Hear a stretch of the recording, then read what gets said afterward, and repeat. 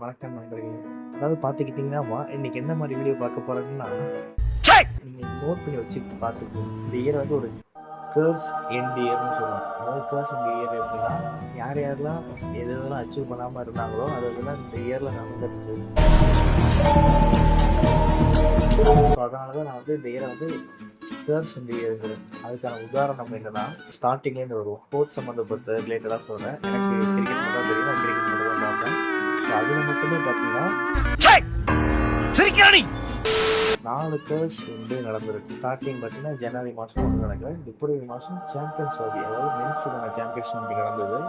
அதில் வந்து பார்த்தீங்கன்னா இந்தியா ஜெயிச்சிருக்காங்க. கடைசியாக வந்து தோனியோட தலைமையில் 2013 ஜெயிச்சிருப்பாங்க. இப்போ வந்து ரோஹித் சர்மாவோட தலைமையில் வந்து அகைன் வந்து இப்போ ஜெயிச்சிருப்பாங்க. கிட்டத்தட்ட 2013 2025க்கு 12 வருஷம் இருக்குது. 12 வருஷம் கழிச்சு திருப்பி ஜெயிக்கிறாங்க. ஸோ 10 வருஷத்துக்கு மேலே இருக்குது. ஸோ இது வந்து ஒரு கர்ஸ் எண்ட் ஆகிற விஷயமாக கூட நம்ம கருதலாம். ஆனால் ஆக்சுவலாக வந்து நிறைய பேர் நினச்சிருப்பீங்க, என்னென்னா இப்போ தான் T20 ஜெயிச்சாங்க, திருப்பி வந்து சாம்பியன்ஸ் ட்ராஃபி ஜெயிக்கிறது கஷ்டம், இதுக்கப்புறம் திருப்பி ரொம்ப லாங் வெயிட் பண்ணணும் போல், திருப்பி நம்ம ICC ட்ராஃபி ஜெயிக்கிறது அப்படின்னு நினச்சிட்டு இருப்பீங்க. ஒரு சில பேர் நினச்சிருப்பீங்க, ஒரு சில பேர் நினச்சிருக்க மாட்டீங்க. ஆனால் நான் என்ன சொல்கிறேன்னா, சாம்பியன்ஸ் ட்ராஃபி அடிக்காமல் போயிருந்தால் தான் நமக்கு அசிங்கமாக போயிருந்திருக்கும். ஏன்னா நமக்கு நடக்கிறது எல்லாமே ஒரே பிச்சில் துபாயில். ஸோ நம்ம ஈஸியாக ஜெயிச்சிருந்துருக்கலாம். அதே மாதிரி தான் ஈஸியாக ஜெயிச்சிட்டாங்க. ஒரு மேட்ச் கூட லாஸ் ஆகாமல் ஒரே பிச்சில் நடந்தால நமக்கு ட்ராவல் இந்த அலைச்சலும் இருக்காது. நம்ம பாட்டுக்கு நீட்டாக மேட்சை மட்டும் ஆடினோமா, ஜம்முன்னு மேட்சை மட்டும் ஆடி ஈஸியாக ஜெயிக்கலான்னு நான் நினச்சிட்டு இருந்தேன். அதே மாதிரி தான் ஈஸியாக அவங்களும் ஜெயிச்சிட்டாங்க. ரொம்ப கிட்ட க்ளோஸில் போயெல்லாம் எந்த மேட்சுமே இது பண்ணல, எல்லாமே ஈஸியாக ஜெயிச்சிட்டாங்க.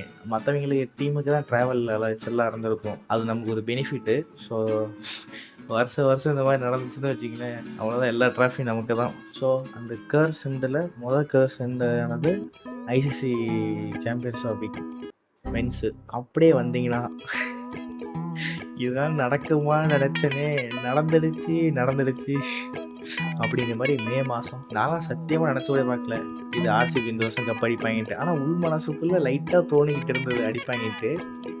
எப்படின்னா அடித்து முடிச்சதுக்கப்புறம் தோணும். நிறைய பேருக்குலாம் தோணலை, அடிக்க மாட்டேன் அடிச்சு முடிச்சு நான் நினச்சேன்டா அந்த மாதிரி தான் தோணுச்சு. தவிர எனக்கு சுத்தமாக எதிர்பார்ப்பில்லை, எப்படி அடிக்க மாட்டாங்க, வேஸ்ட், அதுவும் 3-4 மேட்ச்லாம் பார்த்துட்டு அவ்வளோதான் அப்படின்னு நினச்சிட்டு இருந்தேன்.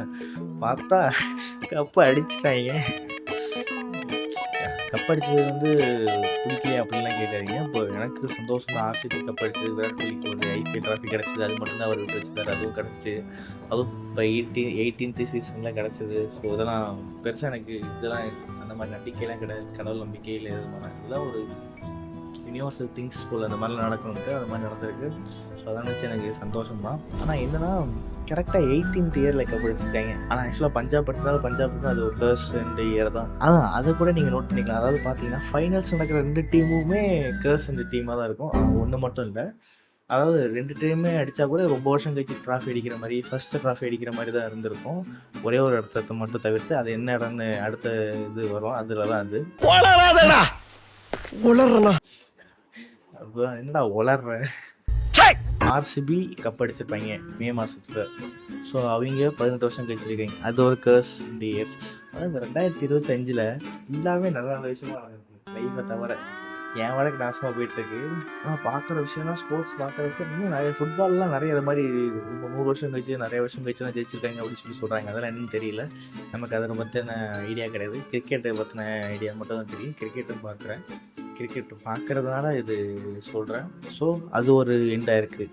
அடுத்து அப்படியே வந்தீங்கன்னா ஜூன் மாதத்தில் WTC, அதாவது வேர்ல்டு டெஸ்ட் சாம்பியன்ஷிப். சத்தியமாக நான் RCB கப் அடித்தது கூட ஒத்துப்பேன். சவுத் ஆஃப்ரிக்கா அடித்தது நான் இப்போ வரைக்குமே நம்பவே இல்லை. ஏன்னா நான் 1ஆம் நம்பர் சோக்கர்ஸ்னால் அவங்க தான். நம்ம இந்தியாவே ஒரு சோக்கர்ஸ் தான். இப்போ ஓரளவுக்கு பரவாயில்ல, 17 மாதத்தில் 3 ட்ராஃபி. ஆனால் அவங்கள விட ஒரு சோக்கர்ஸ்னால் அது கண்டிப்பாக சவுத் ஆஃப்ரிக்கா தான். அவங்களே அடித்தது, அதுவும் ஆஸ்திரேலியா கிட்ட போய் அடித்ததுலாம் சத்தியமாக நம்பவே முடியல. நம்மளே அடி வாங்கிட்டு இருப்போம் ஆஸ்திரேலியாட்ட. ஸோ ஆஸ்திரேலியா கூட அடித்ததுலாம் வந்து ரொம்ப பெரிய விஷயம். ஸோ ஆஸ்திரேலியாவுக்கு எதிராக அவங்க வந்து அந்த ட்ராஃபியை அடிச்சிருப்பாங்க WTC. அதுவும் மார்க்ரம் வந்து செகண்ட் இன்னிங்ஸில் செஞ்சுரி போட்டு ஜெயிச்சு கொடுத்தலாம். அவங்க விளையாடக்குள்ளேயே அப்படியே ஒரு கான்ஃபிடென்ட்டாக விளையாண்டாங்க. அதெல்லாம் ரொம்ப இதுவாக இருந்துச்சு. ஆஸ்திரேலியா என்னென்னமோ ஸ்லெட்ஜிங்லாம் பண்ணாங்க, எதுக்குமே அசராமல் நல்லா விளாண்டாங்க. எனக்கு ரொம்ப பிடிச்சிருந்துச்சு அந்த மேட்ச்சு. இன்ஃபேக்ட் டெஸ்ட் சாம்பியன்ஷிப்பில் அதிக வியூஸ் போனது அந்த மேட்ச் தான் நினைக்கிறேன். சவுத் ஆஃப்ரிக்கா எடுத்தாங்க. எனக்கு ரொம்ப சந்தோஷம் என்னன்னா, ஆர்சிபி கப் அடிச்சதை விட சவுத் ஆஃப்ரிக்காவுக்கு ஒரு ஐசிசி கிடைக்கிறது தான் ரொம்ப சந்தோஷமான விஷயம். அவங்க பாவம் ஒவ்வொரு மேட்ச்லேயும் செமிஃபைனல்ஸு ஃபைனல்ஸும் வந்து தோத்துட்டு எனக்கெல்லாம் இவங்க மூஞ்செல்லாம் பார்க்க போகிறாங்க. இவங்க மூஞ்செல்லாம் பார்த்தா அந்த இவங்க இந்த கத்தி படத்தில் வருவாங்க, நாங்கள் வேணால் 4 பேர் தூக்க மாட்டிக்கிறோமா அந்த மாதிரி சோகமாக இருப்பாங்க. அந்த மாதிரி உள்ளவங்க மாதிரி அந்த பிஜிஎம்லாம் போட்டால் அப்படியே ஆப்டாக சூட் ஆவாங்க, அந்த மாதிரி இருப்பாங்க. ஸோ அவங்களாம் பார்த்தா ரொம்ப எனக்குலாம் பாவமாக இருக்கும். ஒரு வழி அவங்களுக்கு ஒரு டிராஃபி கிடச்சி நினச்சி மனசுக்கு ரொம்ப சந்தோஷமாக இருந்துச்சு. இப்போ வந்து 4ஆவதாக என்ன நடந்ததுன்னா, இப்போ தான் நான் எடுக்கிறதுக்கு ஒரு 2-3 நாள் முன்னாடி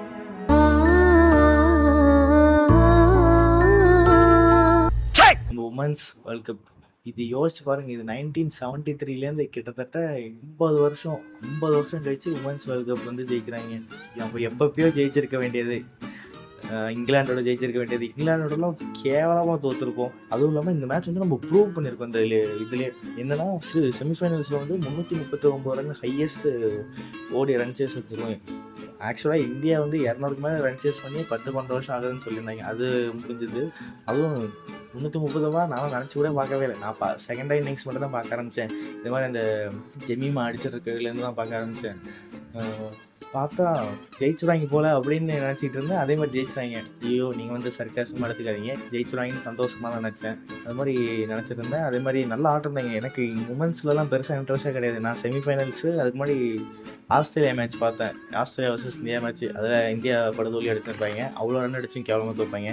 அதெல்லாம் பார்த்துட்டு ஹோப்பே இல்லாமல் தான் செமிஃபைனல்லாம் பார்த்தேன். சூப்பராக ஆடி ஆஸ்திரேலியாவை பீட் பண்ணாதான் பெரிய விஷயம். நம்ம இன்னிங்ஸ் ஜெமீமா சரியான இன்னிங்ஸும் நின்று ஜெயிச்சு கொடுப்பாங்க.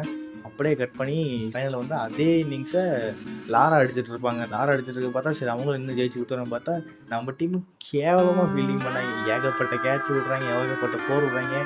இதையெல்லாம் மீறி நம்ம ஜெயிச்சோன்னா நம்மளே ஜெயிக்கல, அவங்க விட்டு கொடுத்தாங்க நமக்கு அப்படிங்கிற மாதிரி தான் இருந்துச்சு. இருந்தாலும் இந்தியா டீமுக்குலாம் நல்லா போராடினாங்க. அவங்களோட ஹர்மன் பிரீத் கௌரோட கேப்டன்ஸும் நல்லா இருந்துச்சு. ஸ்பின் ரொட்டேஷனு, பவுலிங் எல்லாருமே ரொட்டேட் பண்ணி கொடுத்துருந்தது. அப்புறம் ஷஃபாலி வர்மாவுக்கு ஓவர் கொடுத்தது, அதெல்லாம் தீப்தி சர்மா 5 விக்கெட் எடுத்தது. நான் உட்காந்து ஃபுல்லாக பார்த்தேன்.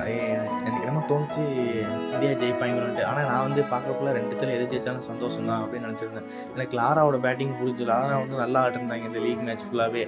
இதெல்லாம் எனக்கு அப்புறம் தான் தெரிய ஆரம்பிச்சிது. நான் அந்த செமிஃபைனலுக்கு அப்புறம் தான் பார்க்க ஆரம்பிச்சேன். நான் வந்து நேரமே சொல்லிக்கிறேன், செமிஃபைனலுக்கு அப்புறம் பார்க்க ஆரம்பித்தேன். அதுக்கு முன்னாடி league match India versus Australia மட்டும் பார்த்தேன், வேறு எதுவும் பார்க்கல. அப்புறம் இங்கிலாந்து மேட்ச் பார்த்தேன், கேவலமாக தோப்பாங்க, அது ஒரு மேட்ச் பார்த்தவங்க தான். அதுக்கப்புறம் இதை தான் பார்க்க ஆரம்பிச்சு. அதுக்கப்புறம் தான் வந்து ஸ்டேட்ஸ்னு எடுத்து பார்க்கல சூப்பராக ஆடிருந்துருக்காங்க சவுத் ஆஃப்ரிக்கா டீம். நம்மளோடலாம் ஒரு பொண்ணு, அந்த பொண்ணு பேர் தெரில போகிற, அந்த பொண்ணு 89 ரன் என்னமோ 54 பால் அடித்து தோக்கும் போகிற நிலமையிலேருந்து ஜெயிச்சு விட்டாங்க. ஸோ அதே மாதிரி அந்த பொண்ணு தான் சம்பவம் பண்ணணும்னு நினச்சேன். அதுக்கேற்ற மாதிரி கேட்ச்லாம் விட்டாங்க. ஸோ அவ்வளோதான் முடிஞ்சுன்னு நினச்சா ஏதோ நல்லபடியாக ஜெயிச்சிட்டோம் சொல்லியிருக்காங்க. இது வந்து இதுக்கப்புறம் அடிக்கடி நடக்கும்ட்டு, அடிக்கடி நடந்தால் ரொம்ப சந்தோஷமாக இருக்கும். ஸோ அவ்வளோதான் நண்பர்களே. வீடியோ பிடிச்சிருந்தா ஓகே, நீங்கள் லைக்லாம் பண்ணாங்க, நம்ம சப்ஸ்கிரைப் பண்ணாலே போதும் எனக்கு.